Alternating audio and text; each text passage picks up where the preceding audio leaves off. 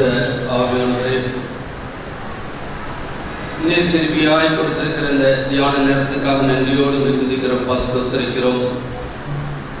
இப்பொழுதும் அடியனை மறைத்து ஆவியானவர் தாமே இடைவிட வேண்டுமா ஜெபிக்கிறோம். அப்பா, நம்முடைய வார்த்தைக்கு விரோதமாய் உருவாக்கப்படும் எந்த ஆயுதமும் வாய்க்காத போகணுமாய் ஜெபிக்கிறோம். சத்துருவான் கொண்டு வருகிற சகல தந்திரங்களையும் முறியடிக்கத்தக்கதான தேவ பலத்தை எங்கள் ஒவ்வொருவருக்கும் கொடுக்க வேண்டுமா ஜெபிக்கிறோம். அப்பா, இந்த நேரத்தை பொறுப்படுத்திக் கொள்ளும். நீர் பேசும் ஆண்டவரே, நாங்கள் கேட்க ஆவலோடு கூட காத்திருக்கிறோம். நம்முடைய வசனமே சத்தியம் சுவாமி. நம்முடைய பிதாவாகிய தேவனிருந்தும் ஆண்டவராயிருக்கிற இயேசு கிறிஸ்துவிலிருந்தும் அனைவருக்கும் கிருபையும் சமாதானமும் உண்டாவதாக. கர்த்தருக்குள் பிரியமானவர்களே, கடவுளுடைய திருச்சமூகத்திலே வந்து அமர்ந்திருக்கிற உங்கள் யாவருக்கும் ஆண்டவரும் மீட்பரும் இரட்சகருமாகிய இயேசு கிறிஸ்துவின் இனிதான நாமத்தினாலே வாழ்த்துதலையும் வணக்கத்தையும் தெரிவித்துக் கொள்கின்றோம். அன்புக்குரியவர்களே, இந்த ஓய்வு நாள் லெந்து நாட்களின் 5வது ஞாயிறு. மிக அழகாக ஆயா அவர்கள் சொன்னார்கள், பாடுகளின் ஞாயிறு, பேஷன் சண்டே. இன்றைக்கு நமக்கு கொடுக்கப்பட்டிருக்கின்ற திருச்சபையின் தலைப்பு என்ன? Cross a new view of age of the messiah. சிலுவை மேசியா காலத்தை குறித்ததான புதிய பார்வை. அப்படினால் ஏதோ நாம் ஒரு பார்வையோடு கூட சிலுவையை பார்த்து கொண்டிருக்கின்றோம், நம்மை மீட்டு ரட்சித்த மேசியாவை பார்த்து கொண்டிருக்கின்றோம். ஆனால் இன்றைக்கு திருச்சபை நம்மை அழைக்கிறது ஒரு புதிய பார்வையோடு கூட நீங்களும் நானும் இந்த நாளிலே ஆண்டவருடைய சத்தியத்தை அறிந்து கொள்ள முடியாது அழைக்கப்பட்டிருக்கின்றோம். ஒன்றால் இன்றைக்கு வாசித்த எல்லா வேத பகுதியும் பார்க்கின்ற பொழுது இந்த பாடுகளை குறித்ததான தீர்க்க தரிசன வார்த்தைகளாய் இருக்கின்றது. ஆனால் சிலுவை என்பது மேசியா காலத்தை குறித்ததான புதிய பார்வை. மேசியா என்பது எபிரேய சொல். இதன் பொருள் அருள் பொழிவு செய்யப்பட்டவர். அப்படி என்றால் ஆண்டவர் அருள் பொழிவு செய்யப்பட்டவராய், பிதாவாகிய தேவனுடைய ஆவியை பெற்றவராய் அவர் இந்த உலகத்திலே அவர் இருந்தார் என்று பார்க்கின்றோம். அது மட்டுமல்ல, புதிய ஏற்பாட்டில் சொல்லப்பட்ட கிரேக்க வார்த்தையானது கிரைஸ்ட், கிறிஸ்து என்பது எபிரேய வார்த்தையான மேசியா என்பதின் பொருள் கொள்ளும் மொழியாக இருக்கின்றது. அப்படினால் இன்றைக்கு நாம் ஆராதிக்கின்ற கிறிஸ்து நம்மை ரட்சிக்கும்படியாக மேசியாவாக இந்த உலகத்திலே வந்தார். வந்தது மட்டுமல்ல, இந்த தவ காலங்களிலே நாம் சிலுவை குறித்து தியானித்துக் கொண்டிருக்கின்றோமே, தியானத்திலே வருகின்ற இந்த நாள் பாடுகளின் ஞாயிறாய் இருக்கின்றது. என்னால் அந்த மேசியா மீண்டும் வர இருக்கின்றார். இவ்வுலகத்தை மீட்டுக்கொண்டு சமாதானத்தோடும் நீதியோடும் கூட அவருடைய அரசாட்சிக்குள்ளாக கொண்டு செல்ல வர இருக்கின்றார் என்று நாம் அறிந்து கொள்ள அழைக்கப்படுகின்றோம். சற்று நேர தியானத்துக்கு என்று எடுத்துக்கொண்ட வேத பகுதி, நாம் சற்று முன்பு வாசித்த நற்செய்தி பகுதியை எடுத்து வைத்துக் கொள்வோம். லூக்கா 18ஆம் அதிகாரம் 35 முதல் 43 வசனம். ஒருவேளை இது இந்த ஒரு நற்செய்தி நூலில் மட்டுமல்ல, மத்தேயுவிலே பார்க்கின்ற பொழுது 20ஆம் அதிகாரம் 29 முதல் 34 வசனங்களிலும் இதே கொடுக்கப்பட்டிருக்கின்றது. அங்கு 2 குருடர்கள் என்று போடப்பட்டிருக்கின்றது. அது மட்டுமல்ல, மார்க் 10ஆம் அதிகாரம் 46 முதல் 52 வசனங்களிலும் போடப்பட்டிருக்கின்றது. அன்புக்குரியவர்களே, நாம் மேசியாவுடைய காலத்தை அறிந்து இந்த நாளிலே ஒரு புதிய பார்வைக்குள்ளாக வர நாம் அழைக்கப்பட்டிருக்கின்றோம். ஒருவேளை நாம் அநேக காரியங்களை குறித்து நாம் தியானித்துக் கொண்டிருக்கின்றோம், சிந்தித்துக் கொண்டிருக்கின்றோம். இந்த நாட்களிலே சற்று நேர தியானத்திலே நான் எடுத்துக்கொண்ட இந்த வேத பகுதியை 2 தலைப்புகளிலே தியானிக்க பரிசுத்த ஆவியானவர் நமக்கு கிருபை செய்வார். ஒன்று, பர்த்திமேயுடைய அழைப்பும் தடைகளும். இரண்டாவது, இயேசுடைய அழைப்பும் அற்புதமும். ஒன்று, பர்த்திமேயுடைய அழைப்பும் தடைகளும் என்று பார்க்கின்ற பொழுது நாம் வாசித்த அந்த 18ஆம் அதிகாரத்திலே பார்க்கின்றோம். 35, 36, 37, 38 வசனங்களிலே அங்கு சொல்லப்படுகின்றது என்ன? பின்பு அவர் எரிகோவுக்கு சமீபமாய் வருகிறார். அப்படின்றால் ஆண்டவர் எருசலேமுக்கு போகின்ற பொழுது, ஏனென்றால் எருசலேமிலே நன்கு தெரியும் வரக்கூடிய ஞாயிறு குருத்தோலை ஞாயிறு, பஸ்கா பண்டிகைக்காக எருசலேமுக்காக ஆட்கள் கூடுகின்ற நேரம் ஆண்டவர் அங்கு செல்ல இருக்கின்றார். அரசராக அவரை வீதியிலே பவனியாக அழைத்து செல்லக்கூடிய அந்த சூழ்நிலை ஏற்பட போகின்றது. ஏனென்றால் அவர் பாடுகளை அறிந்திருந்தார். பாடுகள் இப்படித்தான் இருக்கும் என்று சொல்லி ஆண்டவர் அறிந்திருந்தார் என்று நாம் அறிந்திருக்கின்றோம். அதை சீசர்களுக்கு சொன்னார் என்று அறிந்திருக்கின்றோம். அப்படியே நம்முடைய வாழ்க்கையிலும் ஆண்டவர் நமக்கு பாடுகளை வைத்திருக்கின்றார், நிந்தனையை வைத்திருக்கின்றார், அவமானங்களை வைத்திருக்கின்றார். எல்லாவற்றையும் நாம் பார்க்கின்ற பொழுது ஆண்டவர் எல்லாவற்றையும் ஏற்ற வேளையிலே ஏற்ற காரியங்களை நமக்கு வெளிப்படுத்துகின்றவராய் இருக்கின்றார். அங்கு பார்க்கின்றோம், அங்கு செல்கின்ற பொழுது அங்கு 35ஆம் வசனம் சொல்கின்றது, அவர் எரிகோவுக்கு செவமாய் வரும்போது ஒரு குருடன் வழி அருகே உட்கார்ந்து பிச்சை கேட்டுக் கொண்டிருந்தான். ஒரு குருடன். ஒருவேளை இந்த நாட்களில் நாம் சொல்கின்ற பொழுது அவர்கள் எல்லாம் என்ன சொல்கின்றோம்? மாற்று திறனாளிகள். அவர்களுக்குள்ளாக ஒரு திறன் இருக்கின்றது. ஒருவேளை கண் பார்வை இல்லை என்று சொன்னால் அவர்களுக்கு ஒன்றுமே அல்ல என்று சொல்லி நாம் இந்த நாட்களில் நாம் சொல்ல முடியாது. அவர்களுக்கு ஆண்டவர் கிருபையாய் திறமையை கொடுத்திருக்கின்றார். எனவேதான் மாற்று திறனாளிகள் என்று சொல்லி இப்படிப்பட்ட மக்களை எல்லாம் நாம் அழைக்கின்றவர்களாக இருக்கின்றோம். அன்புக்குரியவர்களே, இதை நாம் பார்க்கின்ற போது இதை ஒருவேளை மார்க்கிலே பார்ப்போம் என்று சொன்னால் இன்னும் அழகாக இதை குறித்து சொல்லப்படுகின்றது. மார்க் 10:46 பாருங்க. அவர் என்ன சொல்கின்றார்? பின்பு அவர் எரிகோவுக்கு வந்தார். அவரும் அவருடைய சீசர்களும் திரளான ஜனங்களும் எரிகோவை விட்டு புறப்படுகிற போது தீமேயின் மகனாகிய பர்த்திமேயு என்கிற ஒரு குருடன் வழியிலேயே உட்கார்ந்து பிச்சை கொடுத்துக் கொண்டிருந்தான். அப்படினால் அன்புக்குரியவர்களே, இங்கே ஆண்டவர் ஒவ்வொருவரையும் பேர் அறிந்திருக்கின்றார். ஒருவேளை அங்கு குருடன் என்று சொல்லப்படுகின்றது மத்தேயுவிலும் லூக்காவிலும். ஆனால் மார்க்கு சொல்கின்றார், அவர் யார்? தீமேயின் மகனாகிய பர்த்திமேயு.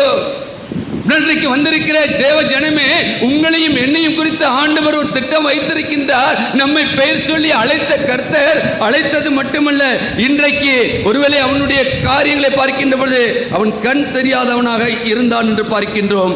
அது மட்டுமல்ல, வழி அருகே உட்கார்ந்து பிச்சை கேட்டுக் கொண்டிருந்தான். பிச்சை கேட்டுக் கொண்டிருந்தான். பிச்சை கேட்டுக் கொண்டிருந்தவன் என்ன செய்கின்றான்? அங்கு ஆண்டவர் வருகிறார் என்று கேள்விப்பட்டு அவனுடைய காதிலே கேட்கின்றது. ஒரு ஆள் அல்ல, 2 ஆள் அல்ல, ஒரு திரளான ஜனக்கூட்டம் போகின்றது. என்ன நடக்கின்றது என்று சொல்லி அவன் கேட்கின்றான். கேட்ட மாத்திரத்திலே அங்கு சொல்லுகின்ற பொழுது ஆண்டவராகிய இயேசு கிறிஸ்து போகிறார்.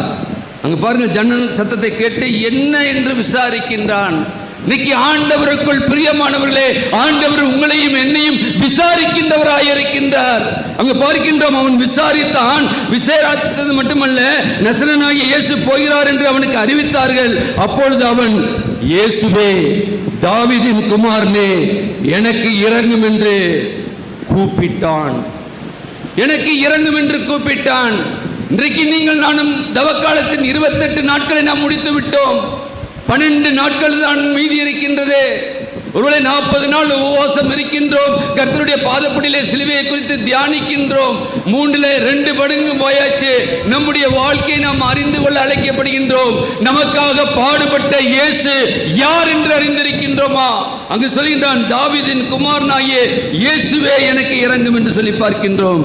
இயேசுவிடத்திலே அதை கூறியிருக்கிற பொழுது அவர் மற்றவர்களிடத்திலே அவருக்கு என்ன சொல்கின்ற பொழுது, இந்த எடுத்து மார்க்கு போவோம். மார்க்கு போகின்ற பொழுது அங்கு 47-46 பாருங்க. அங்கு பர்த்திமேயு உட்கார்ந்தார். நசரேயனாகிய இயேசு வருகிறார் என்று கேள்விப்பட்டு, இயேசுவே தாவீதின் குமாரனே எனக்கு இரங்கும் என்று இங்கு கூப்பிட்டான்னு நம்பிருக்காங்க. கூப்பிட தொடங்கினான். அப்படின்னா மீண்டும் மீண்டும் மீண்டும் மீண்டும் மீண்டும் மீண்டும் மீண்டும் மீண்டும் தாவீதின் குமாரனே இயேசுவே இரங்கும், தாவீதின் குமாரனே இயேசுவே எனக்கு இரங்கும், தாவீதின் குமாரனே இயேசுவே எனக்கு இறங்கும் இறங்கும் என்று சொல்லி அவன் மீண்டும் மீண்டுமாக கூப்பிட்டான் என்று பார்க்கின்றோம். கூப்பிட்ட பொழுது அங்கு பார்க்கின்றோம் என்றால் அவர் மேல் தேவன் மேல் அவர் நம்பிக்கை வைத்தான். அவனுடைய விசுவாசம் அங்கு வெளிப்படுகின்றது. இவரை கூப்பிட்டால் நிச்சயமாக என்னுடைய காரியம் நடைபெறும், எனக்கு அற்புதம் நடக்கும் என்று சொல்லி அவன் அறிந்திருந்தான் என்று பார்க்கின்றோம். எரேமியா தீர்க்கதரிசன புத்தகம் 23:5 பார்க்கின்ற பொழுது இதோ நாட்கள் வரும் என்று கர்த்தர் சொல்லுகிறார். அப்பொழுது தாவீதுக்கு ஒரு நீதி உள்ள கிளையை எழும்ப பண்ணுவேன், அவர் ராஜாவாய் இருந்து ஞானமாய் ராஜரகம் பண்ணி பூமியிலே நியாயத்தையும் நீதியும் நடப்பிப்பார். தாவீதிலே ஒரு கிளையை உண்டு பண்ணுவேன். இந்தியா உண்டு பண்ணின குமாரனாகிய இயேசு கிறிஸ்து இன்றைக்கு வருகிறார் என்று அவன் அறிந்திருந்தான். இன்றைக்கு நீங்கள் நானும் இயேசுவை அறிந்திருக்கின்றோமா? இயேசுவினுடைய வாழ்க்கையிலே இடைப்படுகின்றவராய் இருக்கின்றாரா? நம்முடைய வாழ்க்கையிலே இடைப்படுகின்றவராய் இருக்கின்றாரா? அது மட்டுமல்ல, நமக்கு நன்கு தெரிந்த ஒன்று சங்கீதக்காரனுடைய அனுபவம் என்ன? 118 சங்கீதம் 8-9 பார்க்கின்ற பொழுது மனுஷனை நம்புவதை பார்க்கலாம் கர்த்தர் மேல் பற்றுதலாய் இருப்பதே நலம். பிறப்புகளை நம்புவதை பார்க்கலாம் கர்த்தர் மேல் பற்றுதலாய் இருப்பதே நலம். அதை அறிந்தவன். இன்றைக்கு நீங்கள் நானும் மனுஷரை நம்பி நம்பி நம்பி நம்பி வாழ்ந்து கொண்டிருக்கின்றோம். மனுஷர் நமக்கு எத்தனையோ வாக்குறுதியை கொடுக்கின்றார்கள். அந்த வாக்குறுதியிலே நிலைத்தில்லாதபடி பொய்யும் புரட்டும் பேசிக் கொண்டிருக்கின்ற ஒரு ஜன கூட்டத்திலே நாம் வாழ்ந்து கொண்டிருக்கின்றோம். ஏமாற்றப்படுகின்றோம். ஏமாற்றினவர்கள் ஏமாற்றத்தை மறைப்பதற்காக மற்றவர்களை குற்றவாளிகளாக ஆக்கி கொண்டிருக்கின்ற ஒரு சமுதாயத்துக்குள்ளாக நாம் வாழ்ந்து கொண்டிருக்கின்றோம். எத்தனை பேர் ஏமாந்திருக்கின்றோம். எல்லாம் செய்கிறார்கள், தூக்கிறாங்க, தூக்கி மேல விடுறாங்க, விட்டுட்டு என்ன பண்றாங்க? கீழே இருக்க லேடுற ஏரியில ஏத்துறாங்க. நீங்க தான் ஏத்தி விட்டுட்டு கீழே இருக்க ஏரியை எடுக்கிறாங்க. எடுத்து அவர்களை அந்தரத்திலே விடுகின்ற காட்சியை பார்க்கின்றோம். நம்பின மக்கள் நம்மை மோசம் போக்கின காலங்களுக்குள்ளாக நாம் வாழ்ந்து கொண்டிருக்கின்றோம். ஆனால் ஆண்டவர் சொல்லுகின்றார், நீங்கள் உயரத்திலே இருந்தாலும் தூதர்களுக்கு கட்டளையிடுவேன், அவர்கள் வந்து உங்களுடைய பாதங்கள் கல்லில் இடராதபடி தாங்குவார்கள். நம்முடைய வாழ்க்கை ஒவ்வொருடைய வாழ்க்கையை உணர்ந்து பார்ப்போம். நமக்கு எத்தனை பேர் நம்ம மேல் நம்பிக்கை வைத்தோம்? எத்தனை பேர் நமக்கு நம்பிக்கை துரோகம் பண்ணிக்கொண்டு இந்த உலகத்திலே வாழ்ந்து கொண்டிருக்கின்றார்கள்? ஒருவேளை இயேசுவை அறியாத, கிறிஸ்துவை அறியாத மக்கள் அப்படி வாழ்வார் என்று சொன்னால் வாழ்ந்து போகட்டும். கிறிஸ்துவை இரட்சகராக ஏற்றுக்கொண்ட மேசியாவாக அறிக்கை பண்ணுகின்ற நாம் வைத்திருக்கின்றவர்கள் இன்னைக்கு வாழ்ந்து கொண்டிருக்கின்ற வாழ்க்கையை பாருங்கள். என்ன காரியம் நடந்து கொண்டிருக்கின்றது? ஒற்றுமை எங்கே? சமாதானம் எங்கே? கடந்த நாட்களே மாபெரும் கண்டன கூட்டம். ஒருவர் ஏதோ வார்த்தை ஒரு மிஷனரியை குறித்து சொன்னார் என்று சொல்லி நாம் அனைவரும் தேர்ந்தமே. நம்முடைய வாழ்க்கையிலே நாம் ஒற்றுமையாக இருக்கின்றோமா? ஆண்டவருடைய பிள்ளைகளாக இருக்கின்றோமே? விசுவாசத்திலே நாம் நம்பிக்கை கொண்டிருக்கின்றோமே? சக விசுவாசிகளோடு நம்முடைய ஒற்றுமை எப்படிப்பட்டதாக இருக்கின்றது என்பதை நாம் சிந்தித்து பார்க்க அழைக்கப்படுகின்றோம். அவர் தாவீதின் குமாரனை அறிந்திருந்தார். அவர் மேசியாவாக வருவார், அவர் நீதியை நடப்பிப்பார், நியாயமாய் காரியத்தை செய்வார் என்று பார்க்கின்றோம். நான் ரோமரிலே பார்க்கின்ற போது ரோமர் 1:4-5 எடுத்து வாசிக்கலாம். இயேசு கிறிஸ்துவை குறித்து தேவன் தம்முடைய தீர்க்கதரிசனமாய் பரிசுத்த வேதாகமங்களின் முன்னே தம்முடைய சுவிசேஷத்தை பற்றின வாக்குத்தத்தம் பண்ணின கர்த்தராகிய இயேசு கிறிஸ்துவானவர் மாமிசத்தின்படி தாவீதின் சன்னதியில் பிறந்தவரும் பரிசுத்தமுள்ள ஆவியின்படி தேவனுடைய சுதன் என்றும் மரித்தோரின் உயிர்த்தெழுந்ததினாலே பலமாய் நிரூபிக்கப்பட்ட தேவகுமாரனுமாய் இருக்கிறார். அல்லேலூயா, அல்லேலூயா. அவர் தேவகுமாரனாய் இருக்கின்றார். இன்றைக்கு அவர் வருகிறார் என்று சொல்லி கேள்விப்பட்ட மாதத்திலே அவன் அங்கு கூப்பிடுகின்றான், கூச்சல் இடுகின்றான், தொடர்ந்து கூப்பிடுகின்றான். இன்றைக்கு அங்கு பார்க்கின்ற பொழுது அவன் கூப்பிட்ட பொழுது முன்னடப்பார் என்ன செஞ்சாங்களா? வாசிக்கலாமே.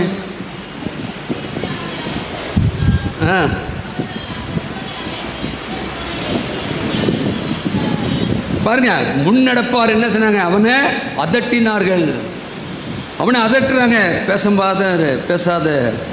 பேசாத முன்னடப்பார்கள். அவன் பேசாமல் இருக்கும்படி அவனை அதட்டினார்கள். அவனும் தாவீதின் குமாரனே எனக்கு இறங்கும் என்று மிகவும் அதிகமாய் கூப்பிட்டான். அதிகமாய் கூப்பிட்டான். இன்னைக்கு நீங்கள் நானே எப்படி கூப்பிட்டுக் கொண்டிருக்கின்றோம்? ஆண்டவர் ஜீவனுள்ள தேவனை ஆராதிக்கின்ற நாம், நீங்கள் நானும் ஜீவனோடு கூட ஆராதிக்கின்றோமா? நம்முடைய வாழ்க்கையை சிந்தித்து பார்க்க அழைக்கப்படுகின்றோம். மார்க் 10:47 சொல்கின்ற பொழுது, அங்கு 48 அவன் பேசாது இருக்கும்படி அநேகர் அவனை அதட்டினார்கள். அவனோ தாவீதின் குமாரனே எனக்கு இறங்கும் என்று முன்னிலும் அதிகமாய் இன்னைக்கு நம்முடைய வாழ்க்கையிலே எதை நாம் முன்னிறுத்திருக்கின்றோம்? எப்படிப்பட்ட காரியங்களை நாம் முன்னிறுத்திக் கொண்டு நாம் வாழ்ந்து கொண்டிருக்கின்றோம்? அவன் ஆண்டவரை முன்னிலும் அதிகமாய் கூப்பிட்டானே. இன்னைக்கு நீங்கள் நானும் எப்படி கூப்பிட்டுக் கொண்டிருக்கின்றோம்? ஆண்டவர் கேட்கின்றவர், அவர் கேட்காதவர் அல்ல. அவர் ஒரு சிலை அல்ல, அவர் காது கேட்காத ஒரு சிலை அல்ல. அவர் நாம் கூப்பிடும் போது நமக்கு மறு உத்தரவு கொடுப்பேன் என்று சொல்லி வாக்கு பண்ணி இருக்கின்றார். வாக்கு தத்தத்தில் உண்மை உள்ளவராய் இருக்கின்றார் என்று பார்க்கின்றோம். தடைகள் எல்லாவற்றையும் அவன் உதறி தள்ளுகின்றான். அநேகர், அவன் ஒரு ஆளு இங்க பார்க்கிறோம். அநேகர், இன்னைக்கு அநேகர் கூடியாச்சுன்னா அதுதான் நீதி. அநீதிக்கு அநேகர் துணை போய் கொண்டிருக்கின்ற ஒரு நாட்களிலே நாம் வாழ்ந்து கொண்டிருக்கின்றோம். நீதி எது, அநீதி எது என்று சொல்லி அறியாதபடி வாழ்ந்து கொண்டிருக்கின்றோம். ஆனால் ஆண்டவர் இங்கே பார்க்கின்ற பொழுது அவன் ஒருவனாயிருந்தான். அநேகர் அதட்டினார்கள், ஆனால் முன்னிலும் அதிகமாய் அவன் கூப்பிட்டான் என்று பார்க்கின்றோம். ஏனென்றால் இயேசுவிடத்திலே அவன் முழு நம்பிக்கையும் வைத்திருந்தான். எனவே அவன் கிறிஸ்துவிடத்திலே வருவதற்கு இது ஒன்றும் அவனுக்கு தடையாக தெரியவில்லை.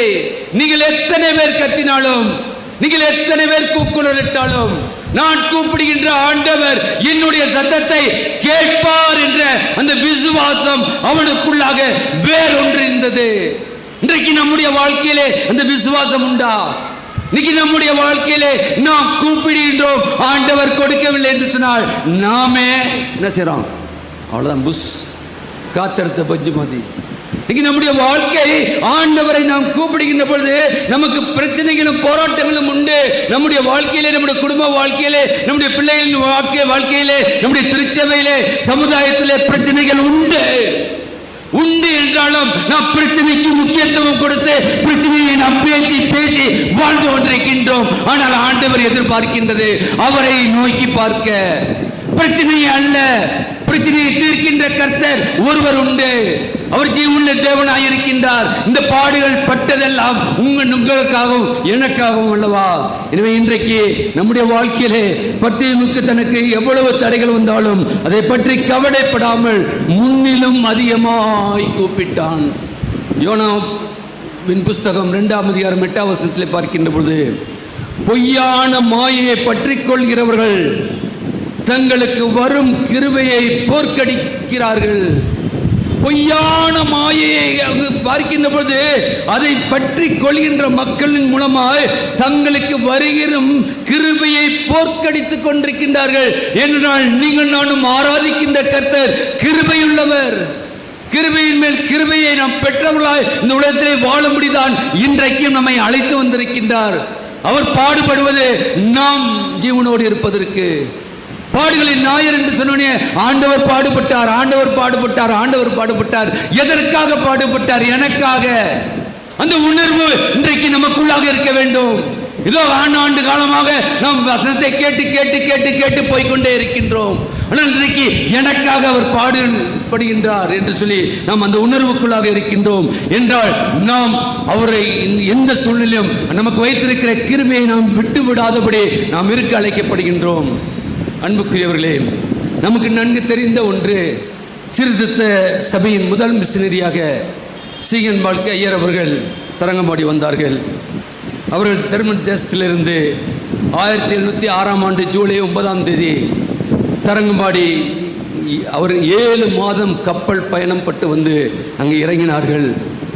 எவ்வளவு கஷ்டங்கள், எவ்வளவு தடைகள் மத்தியிலே அவர் வந்து இறங்கின மாற்றத்திலே அங்கிருந்த டேனிஷ் காலனி ஆதிக்கத்தில் உள்ள அந்த இடத்திலே அவரை உள்ளே அனுப்ப மாட்டேன் என்று சொல்லிவிட்டார்கள். அவர் கடல் மணலிலே 2 நாட்கள் நின்றார். இன்றைக்கும் அங்கு அதே இடத்திலே ஒரு இது வைக்கப்பட்டிருக்கின்றது. 2 நாட்கள் கடல் மணலிலே நின்றார். நின்றது மட்டுமல்ல, டேனிஸ் மன்னன் அவரை சிறைச்சாலையிலே போட்டு அவர் அங்கே 4 மாதம் ஒரு சிறு அறையிலே, அந்த அரண்மனை கீழாக போய் பார்க்கின்றால் அந்த சிறைச்சாலை இன்றைக்கும் இருக்கின்றது. சிறு சிறு அறைகளாக, எந்த ஒரு வசதியும் கிடையாது, கிருட்டு அறையாக இருக்கும். அந்த அறைக்குள்ளாக அவர் 4 மாதம் அடைப்பட்டு கொண்டிருந்தார். ஆனால் அவர் செய்த காரியம் என்ன? எவ்வளவு தடைகள் இருந்தாலும் அவர் எந்த நோக்கத்திற்காக ஆண்டவர் ஜெர்மன் தேசத்திலிருந்து இந்திய தேசத்துக்கு அழைத்து வந்தாரோ அந்த அழைத்து வந்த நோக்கத்தை நிறைவேற்ற அவர் என்ன செய்தார்? நம்முடைய தாய்மொழியை அவர் ஆ என்று சொல்லி படித்து, அவர்தான் முதலாவதாக நம்முடைய வேதாகமத்தை மொழிபெயர்த்து சிறிய ஞானோபதேசம் என்று சொல்லி நமக்கு கொடுத்து இன்றைக்கு நாம் வைத்திருக்கின்றமே, இது வேத புத்தகம் மாறுவதற்கு அவர் தன்னை முற்றிலுமாக அர்ப்பணித்தார். நினைத்து பார்க்க அழைக்கப்படுகின்றோம். இன்றைக்கு நம் அனைவரும் சேர்ந்து கார்ட்வேல்ஸ் பாப்புவோடு அவர்களை நினைத்து பார்க்கின்ற நாட்களாக இருக்கின்றது. மிஷினரிகளை நினைக்கின்ற நீங்கள் நானும் அவர்கள் பட்ட பாடுகளை நினைத்து ஒரு வாட்ஸ்அப்பில் ஒரு வந்தது. கார்ட்வேல் ஐயா எவ்வளோ அன்றைக்கி பேசுகிறவங்க எல்லோரும் பேசுனாங்க. எத்தனை பேர் கேட்டிங்கன்னு தெரில. அவர் சென்னையிலேருந்து திருநெல்வேலிக்கு 400 கிலோமீட்டர் என்ன பண்ணாராம்? ஃப்ளைட்டில் வந்தாரா? ட்ரெயினில் வந்தாரா? நடந்தே வந்திருக்கின்றார். வந்தது மட்டுமல்ல, நேற்று ஒரு பார்த்தேன், ஒரு சைக்கிளில் பின்னால் பேகு, ஒரு மூங்கிலானது கூட, ஒரு ஹரிக்கன் லைட்டு, எல்லாவற்றையும் கட்டி வைத்து கொண்டு அங்கே வெயிலுக்கு போடுற கேப் எல்லாம் வச்சு ஊழியம் பண்ணினார்கள். ஏன்? ஆண்டவருடைய அன்பை ருசித்தது நிமித்தமாய். பர்தேமி எப்படி ஆண்டவர் எனக்கு விடுதலை கொடுப்பார்னு சொல்லி முன்னிலும் அதிகமாய் கத்தினானோ, அதை இந்த அன்பை ருசித்தவர்களாய் அவர்கள் தங்களுடைய சொந்த தேசத்தை விட்டு வந்து இங்களுக்கு நமக்கு எல்லா வசதிகளோடு கூட இன்றைக்கு அநேக காரியங்களை செய்திருக்கின்றார்கள். இன்றைக்கி நம்முடைய காரியம் எப்படிப்பட்டதாக இருக்குது என்பதை நாம் சிந்தித்து பார்க்க அழைக்கப்படுகின்றோம். இன்றைக்கு நம்முடைய வாழ்க்கையிலும் பர்தேமி போல அழைக்கப்படுகின்றோம். அழைக்கின்ற பொழுது நம்முடைய வாழ்க்கையிலும் தடைகள் வரும்.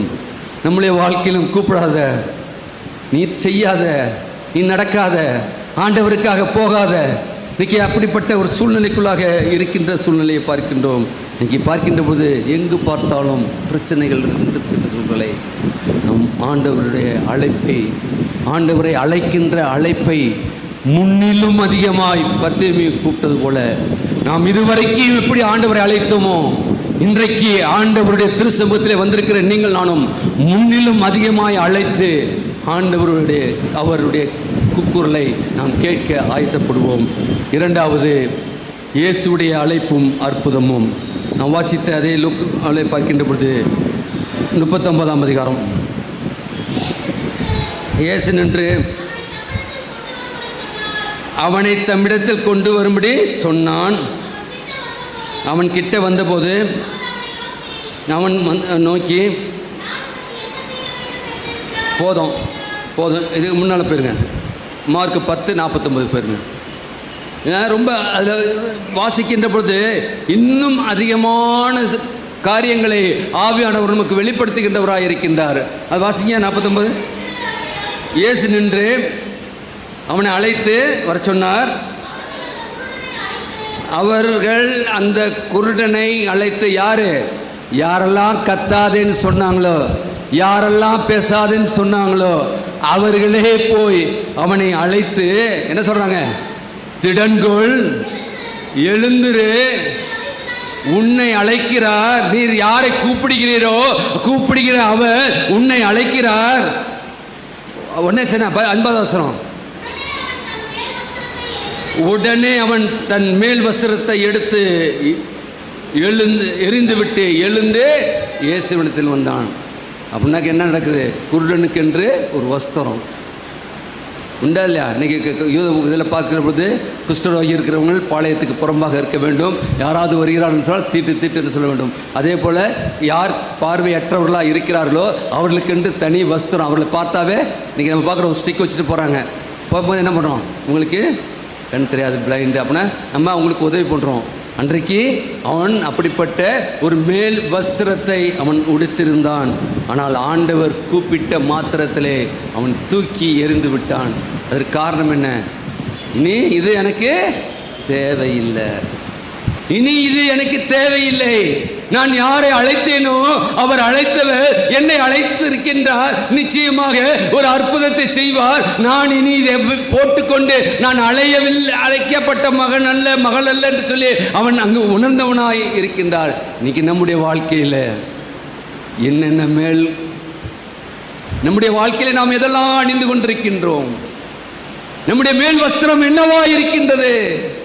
ஆவியானவர் இந்த நேரத்தில் உணர்த்துவார் என்று சொன்னால் நிச்சயமாக நீங்கள் அதை களைய முற்பட வேண்டும். ஆண்டவர் ஏதோ அல்ல, மத்தேயு மட்டுமல்ல, இன்றைக்கு நம்முடைய வாழ்க்கையிலே நாம் எதெல்லாம் நாம் அணிந்து கொண்டிருக்கின்றோமோ இதுதான் மேல் வஸ்திரமாக நம்மை மூடிக்கொண்டு மற்றவர்கள் பார்க்கவில்லை என்று சொல்லி நம்ம சொல்லுவோம்ல, பூனை கண்ணை மூடிச்சுன்னா உலகமே இருண்டுச்சு. இன்னைக்கு அப்படிப்பட்ட ஒரு வாழ்க்கை வாழ்ந்து கொண்டிருக்கின்ற சமுதாயத்தில் இருக்கின்றோம். உண்மைக்கு புறம்பாக பேசிக்கொண்டு அலைகின்ற ஒரு கூட்டத்தின் மத்தியில் நாம் வாழ்ந்து கொண்டிருக்கின்றோம். உண்மை எது பொய் எது என்று சொல்லி அறியாதபடி வாழ்ந்து கொண்டிருக்கின்ற மக்கள். அப்படின்னா நம்முடைய வாழ்க்கையிலே எரிய இந்த நாளிலே கிடைக்கப்படுகின்றோம். மேல் வஸ்திரத்தை பர்தேமி தூக்கி எரிந்து விட்டுதான் அவன் எழுந்தான் என்று பார்க்கின்றோம். இன்றைக்கு நீங்கள் நானும் எந்த சூழ்நிலையை வந்து அமர்ந்திருக்கிறோம் என்பதை ஆண்டவர் அறிந்திருக்கின்றார். ஆவியானவர் உணர்த்துவார் என்று சொன்னால் அதை எரிந்து விட்டு எழுந்து நிற்கவும், எழுந்து நின்று ஆண்டவரிடத்திலே செல்லவும் நாம் அழைக்கப்படுகின்றோம். அடுத்ததாக 51 வசனம் 10 மார்க் 10 இயேசு அவனை நோக்கி, நான் உனக்கு என்ன செய்ய வேண்டும்? அவன் எதுக்கு கூப்பிட்றான்னு ஆண்டுக்கு தெரியாமல் இருக்குமா? தெரியாமல் இருந்திருக்குமா? தெரிஞ்சுமா தெரியாதா சொல்லுங்களேன். ஆனால் கேட்கின்றார். பிச்சை எடுக்கும் ஒருவனிடத்தில் போய் கேட்கின்றான். ஆனால் அவன் பிச்சையை கேட்கவில்லை. ஆண்டவரே ஏதாவது எனக்கு போடும், ஆண்டவரே எனக்கு என்னுடைய வயிற்றுக்கு ஏதாவது போடும் ஆண்டவரே என்று கேட்கவில்லை. ஆனால் அவன் கண் பார்வை கிடைக்க வேண்டும் என்று சொல்லி ஆண்டவரத்தில் கேட்கின்றான். நமக்கு இன்றைக்கி நிறைய காரியங்கள் நம்ம அறிந்திருக்கிறோம். பேப்பரில் பார்த்தீங்கன்னா நியூஸு, சிறு பிள்ளைகளை கூட்டிகிட்டு போய் கண்ணை எடுத்துகிட்டு என்ன பண்ண விட்றாங்க? ஒரு மாவியா கும்பலே இருக்கான், பிச்சை எடுக்க விட்டுக்கிட்டு இருக்காங்கன்னு சொல்லி நாம் பார்க்கின்றோம். அதனால் சிறு பிள்ளைகளை பத்திரமாய் பார்த்துக்கொள்ளுங்கள்னு சொல்லி நமக்கு எச்சரிப்பின் செய்தி வருகிறது. ஆனால் இன்றைக்கு அவன் அதை பிச்சை எடுக்காமல் போகும் நமக்கு கண் பார்வை கிடைத்தது என்று சொன்னால் நம்முடைய வருமானம் போயிடும். அதனால் பார்வை வேண்டாம் என்று அல்ல, அவன் ஆண்டவரை பார்க்க வேண்டும். அவருடைய அற்புதங்களையும் அதிசயங்களையும் கேள்விப்பட்ட அவன் இன்றைக்கு நான் ஆண்டவரை பார்க்க வேண்டும். இந்த உலகத்திலே நாம் எதை இழக்கின்றோமோ ஆண்டவருக்காக நாம் இரட்டத்தனையாய் பெற இருக்கின்றோம். ஆண்டவர் நிச்சயமாக இரட்டத்தனையாய் நம்முடைய உலகத்திலே நமக்கு கொடுக்க சித்தமுள்ளவராய் இருக்கின்றார். ஆனால் நம்ம எதையும் இழக்கிறதுக்கு இல்லை. அவன் வருமானத்தை இழந்தான்.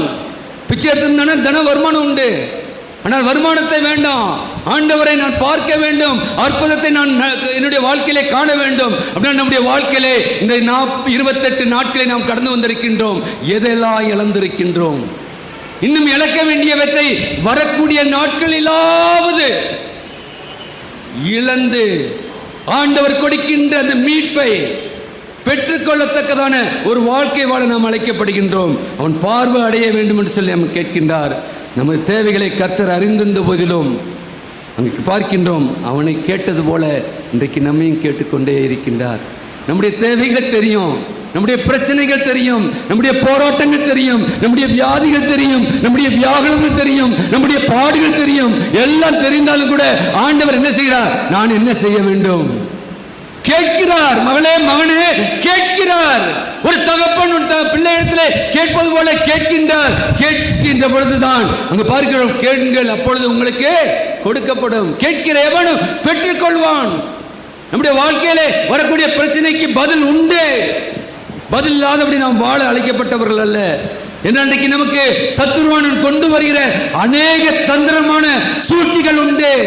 2024 தேர்தலை நாம் சந்திக்க இருக்கின்றோம். தேர்தல் அறிவிக்கப்பட்டு விட்டது. இன்றைக்கு தேர்தல் நடைபெறுகின்ற பொழுது நடைபெற்ற காரியங்களை பார்க்கின்ற பொழுது கிறிஸ்தவர்களாய் தூய எம்மானுவேல் ஆலயத்திலே அமர்ந்திருக்கிற உடன் விசுவாசிகளாய் நான் உங்களிடத்திலே நான் ஆவியானவர் சொல்ல சொன்னதை சொல்லுகின்றேன். காசுக்காக போய் கையேந்தாதீங்க, சாப்பாட்டுக்காக போய் கையேந்தாதீங்க. பணம் வாங்கினீர்கள் என்றால் அது உங்களுக்கு பாவம். சாப்பாடு பிரியாணி பொட்டணம் கிடைக்குதுன்னு சொல்லி பிரியாணி பொட்டணத்தை வாங்கினு சொன்னால் அது உங்களுக்கு சாபம். இல்லை அதற்கு மேல ரெண்டும் கொடுப்பாங்க, அதை வாங்கினீங்கன்னா பாவம் சாபம் ரெண்டும் வரும். இன்னைக்கு என்ன எலெக்ஷன்? இன்னைக்கு அப்படிப்பட்ட தீர்மானத்துக்குள்ளாக இந்த நாளில் நீங்கள் நானும் எடுக்க இருக்கின்றோம். தீர்மானம் எடுப்போம். ஆண்டவரே, நான் உம்முடைய திரு சமூகத்திலே உன் திருச்சிலுவையை துவக்கி பார்த்திருக்கிறேன். இந்த பாடுகளின் ஞாயிறிலே இனி ஆண்டவரே, நான் எந்த சூழ்நிலையிலும் நான் இப்படிப்பட்ட காரியங்களை எனக்கு கொடுக்கப்பட்ட உரிமையை உண்மை உத்தமமாய் நீ கொடுக்கின்ற இதோடு கூட நான் செயலாற்றுவேன். ஏற்ற மக்களை ஏற்ற வேளையிலே நான் தேர்ந்தெடுப்பேன் என்று சொல்லி நாம் அர்ப்பணிக்க அழைக்கப்படுகின்றோம். தீர்மானம் எடுப்போம்.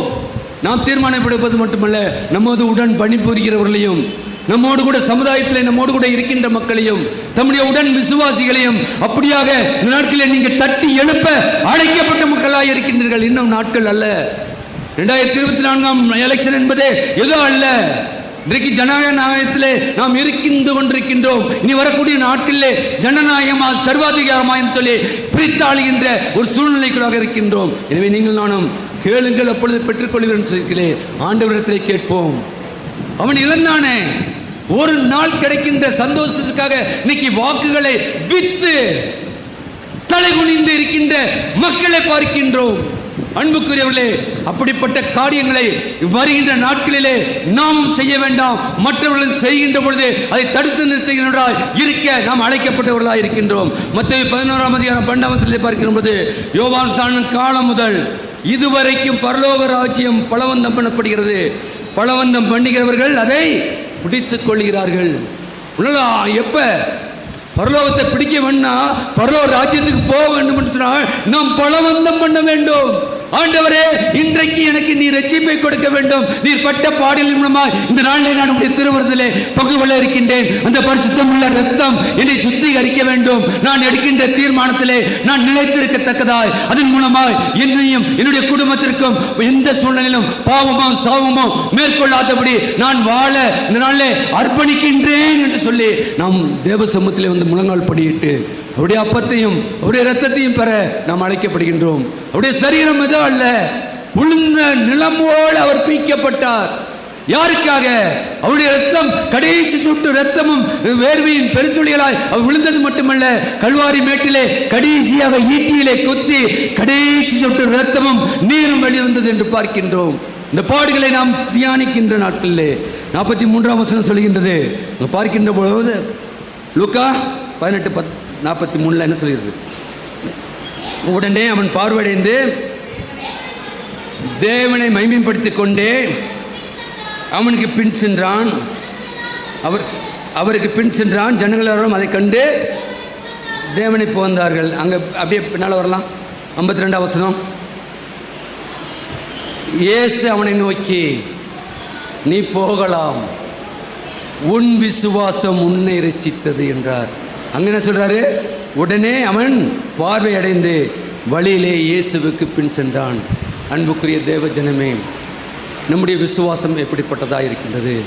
அன்னைக்கு பர்த்தியனுடைய விசுவாசத்தை கண்ட இயேசு பாடுகளின் மூலமாய் அவரை நோக்கி பார்த்த பொழுது, தாவீதின் குமாரனே என்று அழைத்த பொழுது அவருடைய சத்தத்தை கேட்ட இயேசு நின்று அவருடைய விசுவாசத்தை கண்டது மட்டுமல்ல, உன் விசுவாசம் உன்னை ரட்சித்தது. இன்னைக்கு நம்முடைய ரட்சிப்பு எங்க இருக்கு? நம்முடைய விசுவாசத்தில் இருக்கு. இன்னைக்கு நாம் ரட்சிக்கப்பட்ட ஜனமாக இருக்கின்றோமா இல்லையா என்பதை எதில் நாம் அளவீடு செய்ய வேண்டும் என்று சொன்னால், நாம் கொண்டிருக்கின்ற விசுவாசம், நாம் ஆராதிக்கின்ற கர்த்தர்.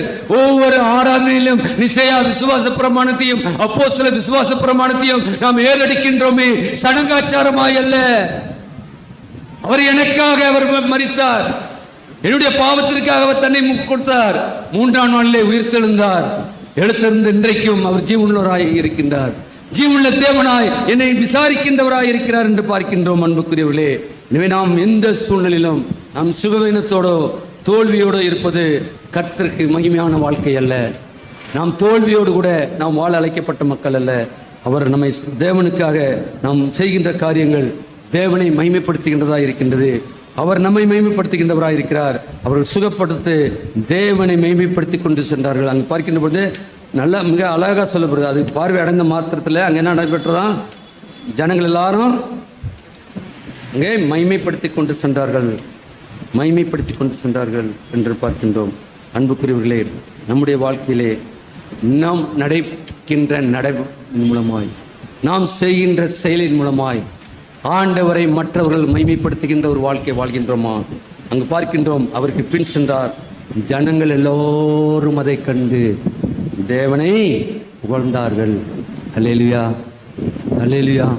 இன்னைக்கு நீங்கள் நானும் வாழ்கின்ற வாழ்க்கை, இன்னைக்கு நீங்கள் நானும் நடக்கின்ற பாதையை ஆண்டவர் அறிந்திருக்கின்றார்.